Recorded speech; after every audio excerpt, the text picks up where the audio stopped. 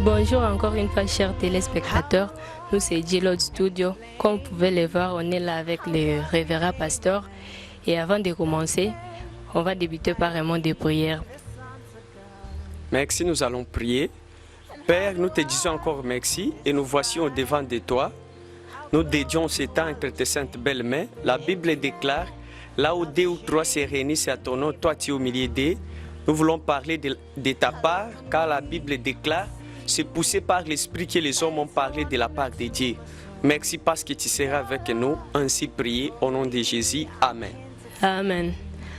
Comme vous pouvez bien le remarquer, on est là en deux. Je suis Mélanie Matoufali et lui c'est mon cher révérend.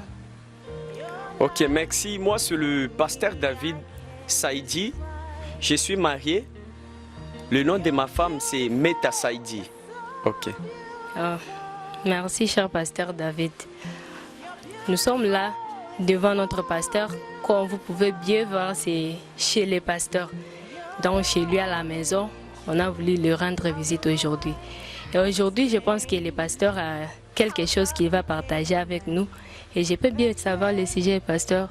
Il n'y a pas de problème. Le sujet que nous allons partager aujourd'hui est intitulé « Être utile ». C'est parmi le livre que je suis en train de préparer pour écrire.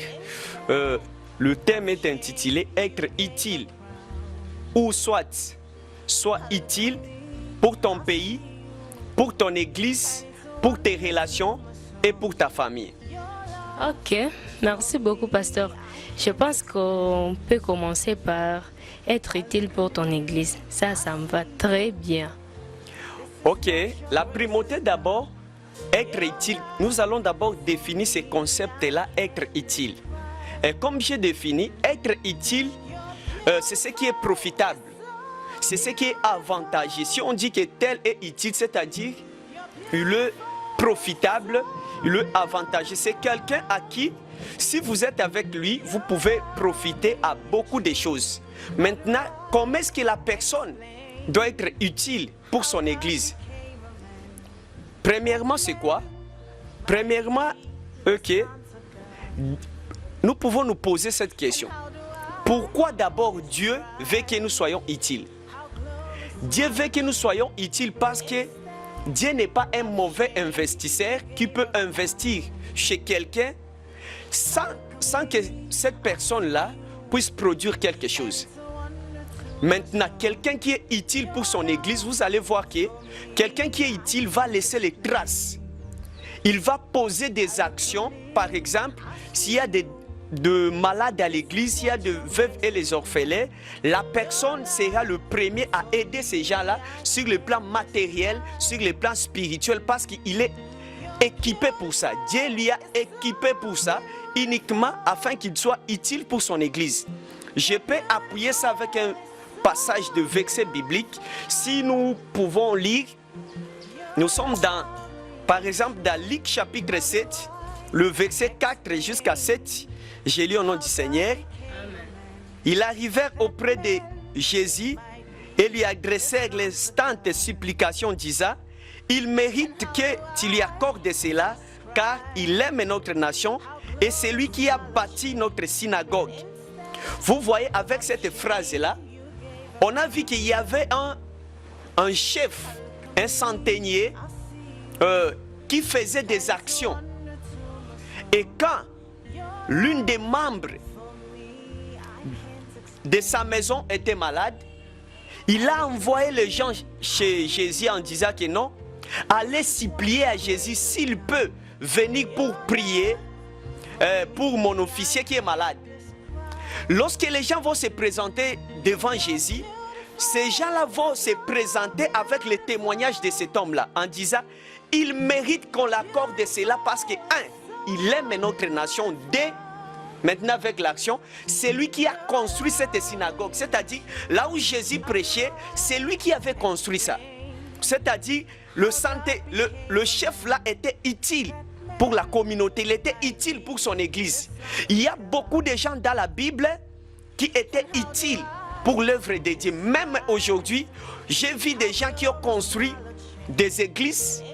Peut-être l'église était des locataires, il a acheté le terrain pour l'église et lui-même il a construit. Maintenant, cette personne-là, même si il ne plie, il a voyagé, l'église va toujours se souvenir de lui en fonction de l'action qu'il a fait. Parce que nous avons dit qu'être utile, c'est laisser les traces. C'est un peu ça. Pour ces gens, vous voyez dans l'église, il y a des gens, beaucoup de gens même, ils disent qu'ils ne sont pas utiles parce qu'il y a par exemple des riches font seulement des actions grandioses dans des églises.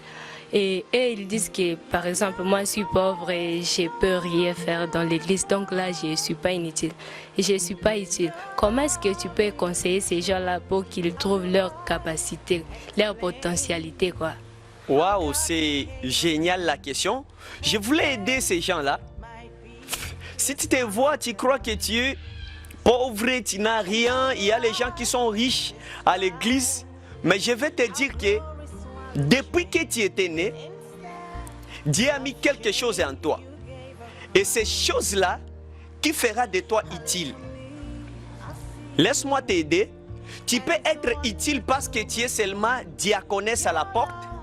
Tu es diacre à la porte. Tu fais entrer les gens à l'église.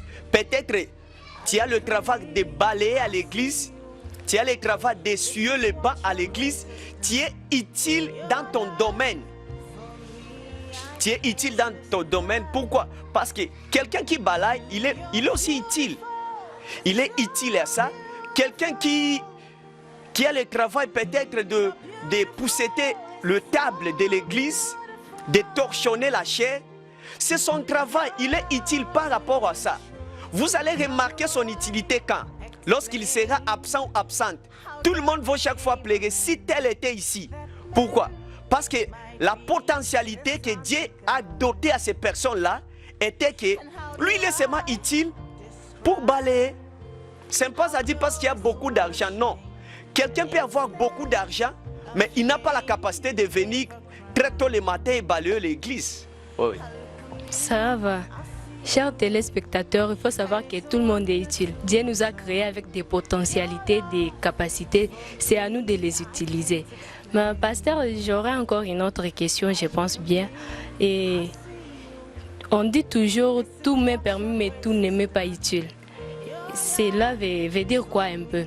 Si tu peux essayer de me faire comprendre, quand par exemple je suis là, j'aimerais bien être utile dans mon église. En voit seulement les gens disaient tout m'est permis mais tout ne m'est pas utile. Je peux me décourager. Qu'est-ce que tu peux me dire à propos de cela? Ok, c'est Paul qui dit tout m'est permis mais tout n'est pas utile. Bon, je vais parler ça à plusieurs volets. Mais le premier volet que je vais parler, ok. Si on dit que tout m'est permis, tout n'est pas utile, par exemple, je suis à l'église. Il y a les gens qui se prétendent en disant que comme je suis président des chorales, je peux aimer tous les filles des chorales et faire des relations sexuelles avec eux parce que je suis un chef. Non, il y a des limites.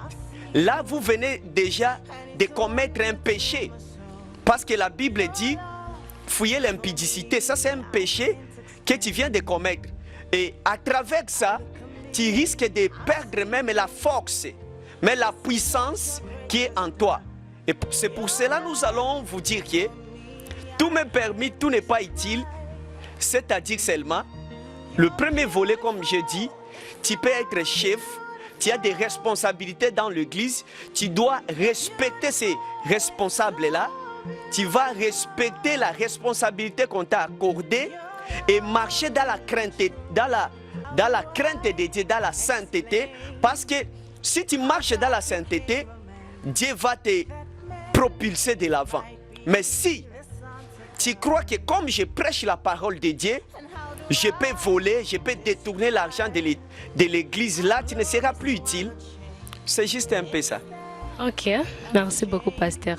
Je suis tellement touchée et satisfaite. Je sais que je suis aussi utile dans mon église et je ferai de mon mieux pour être trop utile dans mon église et que tout le monde voit que je suis toujours utile dans mon église. Nous disons beaucoup merci pasteur pour cela. Et chers amis, il faut savoir qu'on est toujours utile. On a toujours été utile depuis notre naissance. Dieu nous a créés avec des potentialités, avec des pouvoirs. Et on est utile à tout, on peut tout faire. Ça ne dépend pas des moyens que j'ai, soit des moyens que tu as, de la richesse, de la pauvreté. Riche ou pauvre, on a toujours été utile. Nous sommes à la fin de notre rencontre avec les pasteurs. Espérons que vous tous vous serez bénis comme moi, je le suis. Je suis tellement touchée, je suis tellement bénie par cette parole ici.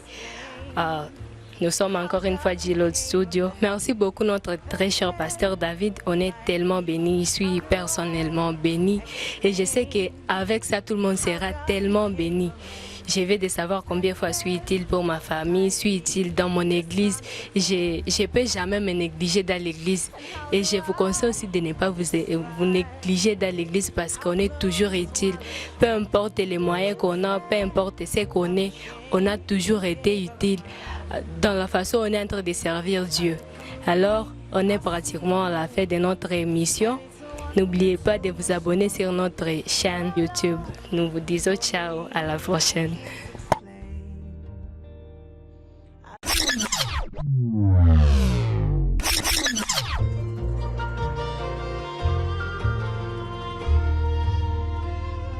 How do I explain how God became